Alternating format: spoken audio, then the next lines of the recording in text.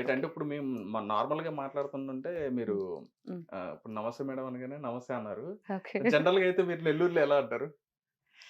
నెల్లూరు స్టైల్‌లో ఎట్లా అంటారు? నెల్లూరు స్టైల్‌లో అంటే ఏండి బాగున్నారా? ఆ! ఏంటి బాగున్నారా ఆ! అంటారు. ఓకే. అంతే. రైట్. అంటే ఎందుకనంటే మీరు ఇన్‌స్టాగ్రామ్‌లో మీరు చేస్తున్న వీడియోసే గాని ఇవన్నీ గూడా ఎలా అంటే హ్మ్. చాలా మందికి గూడా మంచి ఎంటర్‌టైనింగ్‌గా అనిపిస్తాయి. ఓకే. మీరు మాట్లాడేదేంటంటే తిడతన్నారో తెలీదు, పొగుడుతున్నారో తెలీదు. అది కన్‌ఫ్యూజన్‌లో ఉంటారు అందరూ. కన్ఫర్మ్ చేస్తున్నారో తెలీదు. హ్మ్. అంటే అట్లాగా ఒక మంచి కామెడీ జనరేట్ చేస్తా ఉంటారు. అదే విధంగా ఓకే.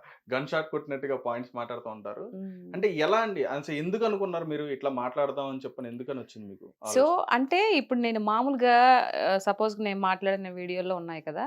ఇప్పుడు మొన్న 'దివ్యల మాధురి' గారి గురించి, దువ్వాడ శ్రీనివాస్ గురించి మాట్లాడాను. అది మామూలుగా మాట్లాడామనుకో ఇది ఈ స్టైల్‌లో మాట్లాడితే ఎవరికి వినిపించుకోరు. హ్మ్. దానికి అందరూ వినాలి, ఒక మాదిరిగా అనిపించాలి అనంటే ఏదైనా ఒకటి జరగాలనమాట. హ్మ్. అప్పుడు ఏం మాట్లాడతాం? నేనేం మాట్లాడాను? "Oh no! దువ్వాడ శ్రీనివాస్ అన్న, నువ్వనుకున్నట్టు ఆ యమ్మి నిజంగా రికార్డింగ్ డాన్స్ చేసినాదన్నా. నేను చూసుండ్లా. నువ్వెందుకు అట్ట అనుకుంటావు? రికార్డింగ్ డాన్స్ తప్పేముంది? ఎంతసేపటికి ఐటీడీపీలో పెట్టిన అంటా ఉండవు గదా! దేనికి? ఇప్పుడు రికార్డింగ్ డాన్స్ చేస్తే తప్పేముంది? దానివల్ల వచ్చి ఏం ఒరుగుతది టీడీపీ పార్టీకి? అది పెట్టి, ఇది పెట్టి గందరగోళం చేసి, మార్ఫింగ్‌లు చేసి అంటా ఉండవు. ఊరు గింజుకుంటా ఉండవే. ఏమైందిప్పుడు? టీడీపీకి అదే పనా? కూటమి ప్రభుత్వానికా? మీ దివ్యల మాదిరి ఎక్కడ రికార్డింగ్ డాన్స్ చేస్తా ఉంది? ఎక్కడ నిద్రపోతా ఉంది? ఎక్కడ బుడ్డు తాగుతుంది? ఇదే పనా? మాకు ఇంక వేరే పనేం లేదా? లాస్ట్‌లో ఏదో అన్నారు బుడ్డి తాగితే అంటే బుడ్డు నీళ్ళు. ఓకే. ఆ! అంటే అంటే ఆవిడ కాలకృత్యాలు పడుకోవడం గాని, నీళ్లు తాగడం గాని, తినడం గాని ఇవంతా ఇదేనా మా పని? ఆవిడ ఏం ఆహా! చేస్తుందా అని చెప్పడానికి. మామూలుగా చెప్తే అర్థం కాదు గదా! ఓకే. అందుకని అట్లా. ఓకే. ఇలా హ్మ్. చెప్పేటప్పటికన్నా చాలా మందికి మంచిగా రీచ్ అయిందనమాట ఆ! అది. అది. ఓకే. చూస్తారు గదా! ఏంటిది వాళ్ళు తమాషాగా నవ్వుకుంటారు. అట్ ది సేమ్ టైమ్ మనం ఏదైతే చెప్తున్నామో అది కూడా ప్రజల్లోకి మైండ్‌లోకెళ్తది కదా! అవునండి. అట్లా. అంటే ఇంత ఫ్లూయెంట్‌గా ఎలా మాట్లాడుతున్నారు మీరు?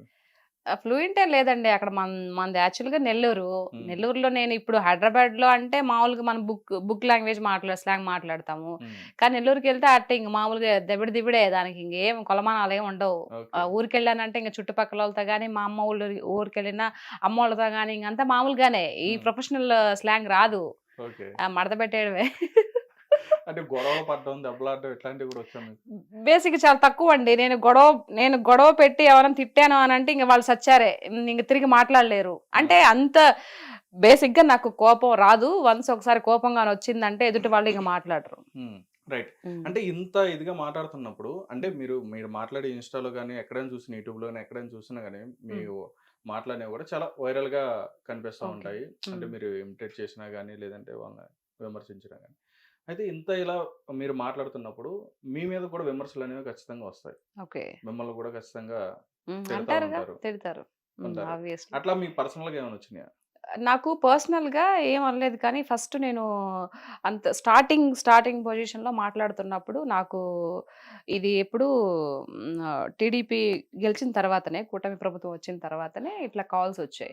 వైఎస్ఆర్‌సీపీ గురించి నేను పిల్లల హత్యలు, రేపుల గురించి, మానభంగాల గురించి ఒకటి వీడియో చేశాను. ఏంటి ఆహాహా! అప్పుడు మీరు పార్టీలో ఉన్నప్పుడు ఉన్నప్పుడు ఏం జరిగాయి? హత్యలు జరిగినాయా? హరికథలు, బుర్రకథలు జరిగినాయా? ఇప్పుడెందుకు ఆ విధంగా గింజుకొని మాట్లాడుతున్నారు? ప్రభుత్వం చేసే మంచి పనుల గురించి చెప్పకుండా ఇష్టం వచ్చినట్టు ఏదో ఎక్కడో ఎవరికో జరిగిందని చెప్పేసి జరుగుతూ ఉంటాయి కామన్‌గా. మీరు ప్రభుత్వంలో ఉన్నప్పుడు జరిగినయి ఇప్పుడు జరుగుతాయి. దానికి మాట్లాడేటప్పుడు నాకు ఒకరు కాల్ చేసి "ఏంటి పెద్ద ఎక్కువ మాట్లాడుతున్నావు. ఇప్పుడు నీ కూతురు ఎక్కడ చదువుతుందో నాకు తెలుసు. ఆవిడని తీసుకెళ్ళి రేప్ చేసి పడేసినప్పుడు నువ్వేం చేస్తావు? నీ ప్రభుత్వం వస్తుందా? మీ బాబు గారొస్తారా? మీ పవన్ కళ్యాణ్ గారొస్తారా?" అని చెప్పేసి మాట్లాడారు. ఓహ్! నేను ఓహో! అవునా? నేను చాలా ఇంటర్వ్యూస్ కూడా చెప్పా. నా బిడ్డ తలరాత అలాగే గాని రాసుంటే అలాగే జరుగుతది. నేనేం చేయలేను గదా! దాని గురించి నన్ను బెదిరిస్తే నేను మాట్లాడకుండా ఉండిపోతానని. అంటే ఓహ్! గట్టిగా ఎవరైనా వాయిస్ వినిపిస్తుంటే హ్మ్. వాళ్ళు మాట్లాడకుండా భయంతో ఉండిపోతారని. అట్లాంటి భయమేం లేవు నాకు. హ్మ్. తర్వాత ఎవరికి చెప్పాలో వాళ్ళకి చెప్పాను. మళ్ళీ వాళ్ళు తిరిగి నాకు సారీ అని చెప్పారు. అది జరిగిపోయిందది. ఓకే. హ్మ్. అంటే మీకు సపోర్ట్ ఎవరున్నారు? అంటే మీ ఇట్లా మాట్లాడడానికి గాని, లేదంటే ఇట్లా మీరు స్క్రీన్ మీదకొచ్చి ఎందుకంటే ఒక ఆడపిల్లగా వచ్చి మాట్లాడాలంటే, ఇట్లా హ్మ్. మాట్లాడాలంటే, మాట్లాడిన ప్రతి దాన్ని కూడా డిఫెండ్ చేసుకుంటూ, అది హ్మ్. కూడా ఎమ్మెల్యేలు, మినిస్టర్లు మాట్లాడిన వాళ్ళకి డైరెక్ట్‌గా మీరు వాళ్ళ పేరు తీసి అంటే ఓకే. చాలామంది అంటే ఇండైరెక్ట్‌గా మాట్లాడుతూ ఉంటారు. ఓకే. మీరు డైరెక్ట్‌గా వాళ్ళ పేరు తీసి డైరెక్ట్‌గా సూటిగా వాళ్ళకి సమాధానం ఇట్లా చెప్తున్నారంటే ఏంటి మీ ధైర్యం ఏంటి? ధైర్యం ఏంటుందండి? వాళ్ళు ప్రజాప్రతినిధులు కదా! చాలా మంది ఇదే క్వెషన్ అడుగుతారు. ఏంటి హ్మ్. ఎమ్మెల్యే అంటే పుడింగనా? లేకపోతే ఎంపీలైతే ఏమైనా పెద్ద దేవుళ్ళా? హ్మ్. మనందరిని పరిపాలించేవాడు భగవంతుడు ఒక్కడే. భయపడితే భగవంతుడికి భయపడాలి. అంతే. ఎమ్మెల్యేలకు, ఎంపీలకు, ముఖ్యమంత్రులకు ఎందుకు భయపడతారు? హ్మ్. మనం ఓటేస్తే కదా వాళ్ళు గెలిచారు. ప్రజాప్రతినిధులు. హ్మ్. ప్రజలచే ప్రజల కొరకు ఎన్నుకోబడ్డారు వాళ్ళు. హ్మ్. అంతేగాని వాళ్ళని చూస్తే భయం ఎందుకు? చాలా మంది అమ్మో! ఎమ్మెల్యే వస్తున్నారు. అమ్మో! ఎంపీ వస్తున్నారు. అది మనం గెలిపిస్తే వాళ్ళకి గెలిచారు. హ్మ్. దట్టు ఏంటి అర్థము? వాళ్ళు ప్రజలకి సేవ చేయడం కోసం గెలిచారు అని. ఈడేమో ప్రజలు ఓట్లు తీసుకుంటారు. అందులో ప్రజలది కూడా కొంచెం తప్పు ఉందిలెండి. ఓటుకు నోటు తీసుకుంటున్నారు కాబట్టే ఈరోజు ఇష్టం వచ్చినట్టు అందరూ ఆటలాడుతున్నారు. హ్మ్. అది తీసుకోకుండా ఉంటే ఫాట్టుమని కొడితే నేను ఓటేసాను. నేను డబ్బులు తీసుకోకుండా నేను ఓటేసాను. కాబట్టి ఏదైనా గట్టిగా మాట్లాడే హక్కు నాకుందిరా అవులే అని చెప్పొచ్చు. హ్మ్. ఇప్పుడు ఈ ఓటుకు నోటు తీసుకోవడం వల్ల ఏంటి నువ్వేంటి మాట్లాడేది? నీ ఇంటికి నేను 6,000 పంపించాను తెలుసా? డబ్బులు తీసుకొని నువ్వు నాకు ఓటేసావు అన్నప్పుడు అప్పుడు మాట్లాడడానికి వాళ్ళకి స్కోప్ ఉంటది. అవును. మాట్లాడడానికి మనకు స్కోప్ ఉండదు కదా! అవును. అందరూ ఎందుకో పెద్ద పెద్ద భయపడిపోతూ ఉంటారు. ఎమ్మెల్యేలు, వాళ్ళ ఎంపీలు, ముఖ్యమంత్రులు అని. ఎందుకు? నేను ఆ పార్టీ అని కాదు, ఈ పార్టీ అని, ఏ పార్టీ అని కాదు. హ్మ్. మామూలుగా చెప్తున్నా. మంచి చేసేవాళ్ళు మహానుభావులు. హ్మ్. చెడ చేసేవాళ్ళు ఎవరు రాక్షసులే నా దృష్టిలో. ఓకే. చెడు అంటే ఏంటి? రాష్ట్రాన్ని మంచిగా తీసుకెళ్లకుండా, డెవలప్ చేయకుండా, అందరికి ఉద్యోగాలు లేకుండా, చదువుకొని కూడా ఏదో పనులు చేసుకుంటూ, వ్యవసాయం చేసుకుంటూ వాళ్ళకి చదువుకున్నారు పాపం. చాలా డబ్బులు పోగే చదువుకున్నారు యువత. వాళ్ళకి ఉద్యోగాలు లేకుండా అలా పడేస్తే దాన్నేమంటారు? ఇప్పుడు హ్మ్. ఎవరు అడిగారు? డైరెక్ట్ జోబుల్లోకి డబ్బులు సరిపోతదా? నీకు నెలకి 4,000, 5,000 సరిపోతదా నీకు? ఇంక హ్మ్. నీ పిల్లలకి చదువులొద్దా? ఉపాధి చూపించాలి. ఉపాధి ఏదైనా ఒకటి చూపించాలి కదా! హ్మ్. నాకు అక్కడ ఇదైపోయింది. ఓకే. ఆ! రైట్ అండి. అంటే ఇప్పుడు జనరల్‌గా మీరు మాట్లాడుతున్న మాటలేంటంటే ఇప్పుడు అంటే కూటమి ప్రభుత్వం ఏదైతే ఉందో, ఆ కూటమి ప్రభుత్వంలో చంద్రబాబు నాయుడు గారిని గాని, లేదా పవన్ కళ్యాణ్ గారిని గాని, ఎవరినైనా ఏదైనా మాట్లాడినా అంటే అవతల అపోజిషన్ పార్టీ ఏదైనా సరే, హ్మ్. ఎవరైనా ఏదైనా మాట్లాడంటే వాళ్ళు ప్రెస్ మీట్లు పెట్టి మాట్లాడినా, ఏం మాట్లాడినా గాని డైరెక్ట్‌గా మీరే వీళ్ళకన్నా ముందు మీరే ప్రెస్ మీట్ పెట్టినట్టుగా లైవ్‌లోకి వచ్చేస్తున్నారు.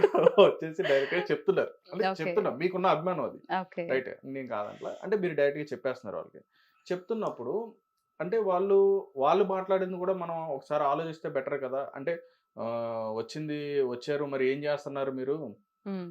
అని చెప్పన్నట్టుగా ఇప్పుడు రోజా గారు గాని, వీళ్ళు హ్మ్. గాని అడుగుతున్నారు. ఇన్ని నెలలయింది వచ్చి మీరు హ్మ్. ప్రజలకి ఏమీ చేయలేదని చెప్పన్నట్టుగా వాళ్ళు మాట్లాడుతున్నారు. అసలు హ్మ్. ఏం జరిగింది ఏంటనేది మీరు కూడా ఒకసారి ఆలోచించాలి. కాదు ఏం జరిగిందనంటే ఇప్పుడు వచ్చి 5.5 నెలలవుతుంది. హ్మ్. సో, మీరు 5 ఏళ్ల నుండి ఏమి చేయలేనిది మేము చేసాం గదా! మేము చేస్తున్నాం గదా! మాకింకా టైం ఇంకా 5 ఏళ్ళు కాలా. మీరెప్పుడు మాట్లాడాలి? హ్మ్. మీరు ఇంతకుముందు రోజా గారొచ్చారు, శ్యామల గారొచ్చినా, జగనన్నొచ్చినా హ్మ్. ఏం మాట్లాడుతున్నారు? ఒక హత్య జరిగినా, మానభంగం జరిగిన అమ్మాయిల గురించి మాత్రమే మాట్లాడుతున్నారు తప్పితే వేరే విషయం మాట్లాడుతున్నారా? హ్మ్. మాట్లాడట్లేదు గదా! అవును. ఇప్పుడు కొన్ని లోకేష్ అన్న గారు కంపెనీస్ తీసుకొచ్చారా? దాని గురించి మాట్లాడుతున్నారా? హ్మ్. మాట్లాడట్లేదు. ఇప్పుడు గత ఫంక్షన్ ప్రభుత్వంలో కూడా వాళ్ళు కూడా చాలా కంపెనీస్ ఏంటిది? తీసుకొచ్చారండి. రొయ్యల కంపెనీలు, చేపల మార్కెట్లు ఇవా కంపెనీస్ అంటే? హ్మ్. గుడ్డు ఆయన అంటాడు ఎవరు? గుడ్డు అమర్‌నాథా? అదండి. గుడివాడ అమర్నాథ్ గారు. గుడివాడ అమర్‌నాథ్. ఇప్పుడే హ్మ్. కోడి గుడ్డు పెట్టిందంట. పొదిగి ఎప్పటికో పిల్లలయిద్దంట. అప్పటి వరకు వెయిట్ చేయాలంట. ఇదా సమాధానాలా? ఇవా హ్మ్. ఆన్సర్‌లా? హ్మ్. ఇవా ఒక ఎంపీలు, ఎమ్మెల్యేలు చెప్పాల్సిన మాటలివా? హ్మ్. మరి ఎట్లా ఊరుకుంటారు చెప్పండి?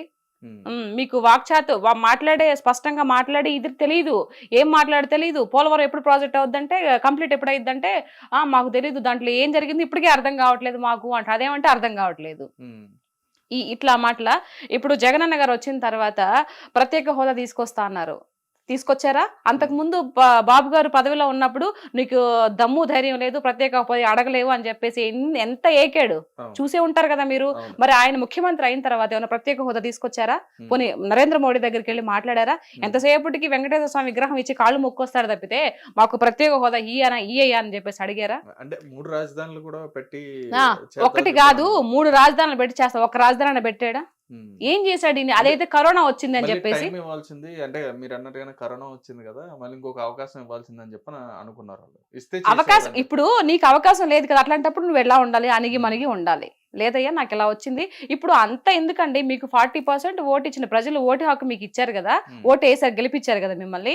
మరి మీరు అసెంబ్లీకి వెళ్ళకపోతే నాకు ప్రత్యేక ఏదో కావాలి, అందుకే ప్రతిపక్ష హోదా కావాలి, అప్పుడు వెళ్తేనే నాకు అక్కడికి వెళ్తాను, లేకపోతే వెళ్ళను అని చెప్పేసి ఎందుకు కూర్చున్నావు నువ్వు? ఇప్పుడు అంతకుముందు బాబు 22-21 మందితో అసెంబ్లీకి వెళ్ళలేదా? అట్లా నువ్వు వెళ్ళాలి కదా. మరి ఇట్లాంటి ఈ వ్యవహారం అంతా చూస్తున్నప్పుడు ఇక్కడ చూసే వాళ్ళకి ఏమనిపిస్తది?